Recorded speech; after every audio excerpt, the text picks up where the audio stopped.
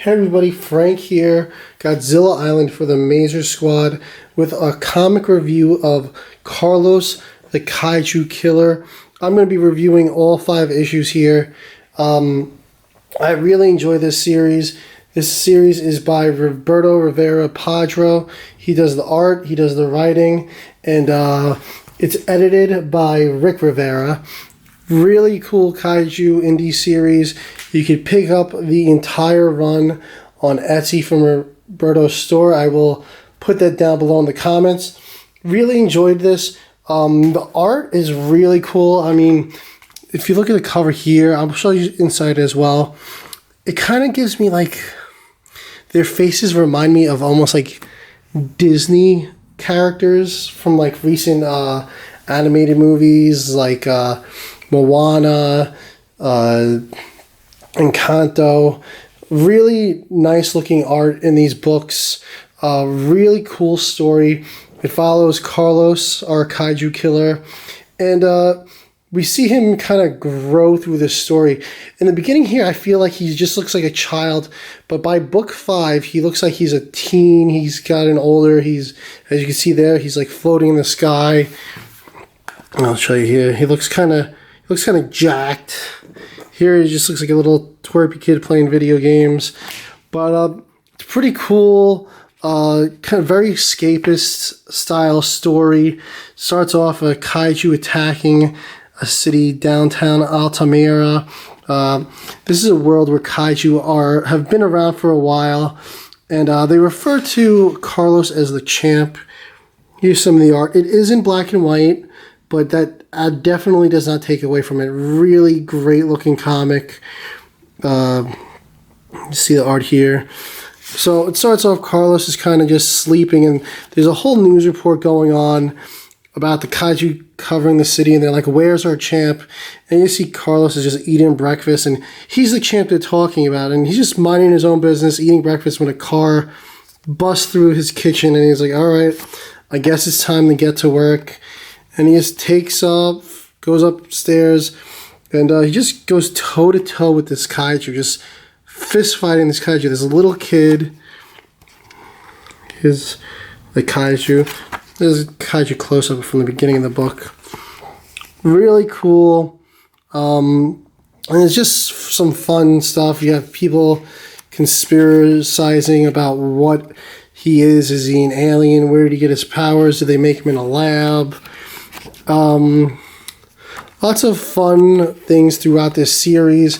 We found out in issue 2 there was a almost Sentai style team here that was meant to take on the kaiju before Carlos, and they all got wiped out. And in this issue, Carlos is just fighting this big lobster kaiju at the end here. Let me show you. And Carlos has a little hard time with this one. In issue 1, he defeats the kaiju, no problem. He pulls out this energy sword out of nowhere and slices it down the middle in half. It was really cool. Issue 2, like I said, he struggles with this guy here. Very formidable ally, and he gets downed. So that leads to his mother, or somewhat adoptive mother, but to him, she's a mother, and to her, he's her son. She goes and pleads with the gods who helped bring Carlos into this world of kaiju that these people are living in. He's their protector, and she's like, we need him. And the gods are kind of like, you know what? We got to let it play out how it's supposed to play out. We're not intervening. We're not going to revive him. So she takes it upon herself to dig through the rubble, and tons of people come from around to help dig him out because he is their champion. And she brings him to this magical waters with a giant dog. I'm not going to ruin too much of it. I mean, I've already given away quite a bit of the story here. But he ends up getting revived, and she pulls him back out of the afterlife, and he comes back more powerful and badass and fights the kaiju, and it leaves it open for a lot more.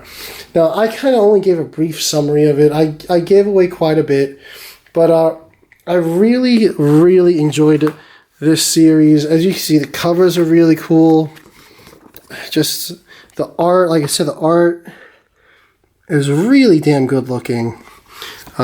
Roberto did a lot of great work went into this. The story is just really well thought out. I mean, there's just a lot going on in here. I only gave away so much of it. There's a lot more to it than what I said. I really highly recommend picking these up. Like I said, you could pick up the full run or you could pick up individual issues. Here's a little peek. But the last one here even has a little quote from Matt Frank on the back. We all love Matt Frank and his contribution to the Godzilla community, Kaiju community, comics, art. But really, really cool cast of characters. It is a bilingual book, so there is some Spanish within the book. I got away with very basic Spanish understanding. I know I was more of an Italian guy growing up. I know Italian, so there is some similar words. But you could simply get away with pulling up the Google Translate app and putting it on the camera for some of the parts that are in Spanish. There's not a ton. There's just like a couple of little blurbs every now and then. And it does make for a good effect to convey emotion and just the situation that it's in. It makes it more real with the instances where the Spanish speaking is used.